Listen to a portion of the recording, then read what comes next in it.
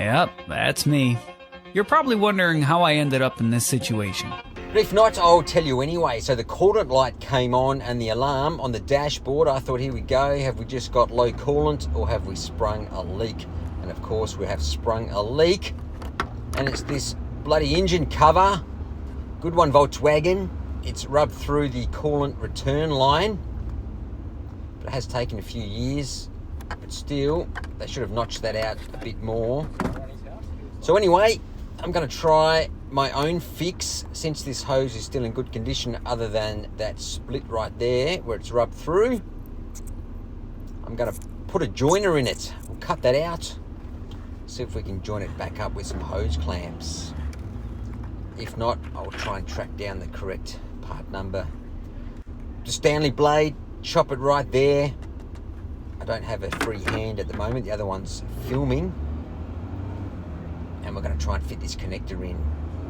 And I've got some hose clamps from Super Cheap Auto, this handy pack. It has come in handy, as you can see. Keep one in the garage.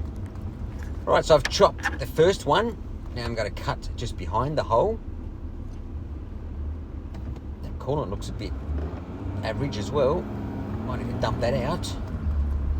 So now I've got a big gap there. We've cut both sides out. Now we're going to try and fit our connector in. Will it fit? That is the question. But first, let's chuck on some hose clamps. We've got a pair of each size. These ones here look pretty good. I've actually already loosened them and checked, so they are the right ones. So I'm going to pop it on this direction, make it easier to do up.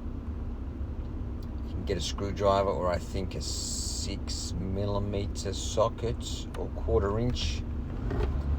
Now, see if we can fit the connector in, and just as I suspected, it's the same size as the hose, so that's not going to fit in, is it?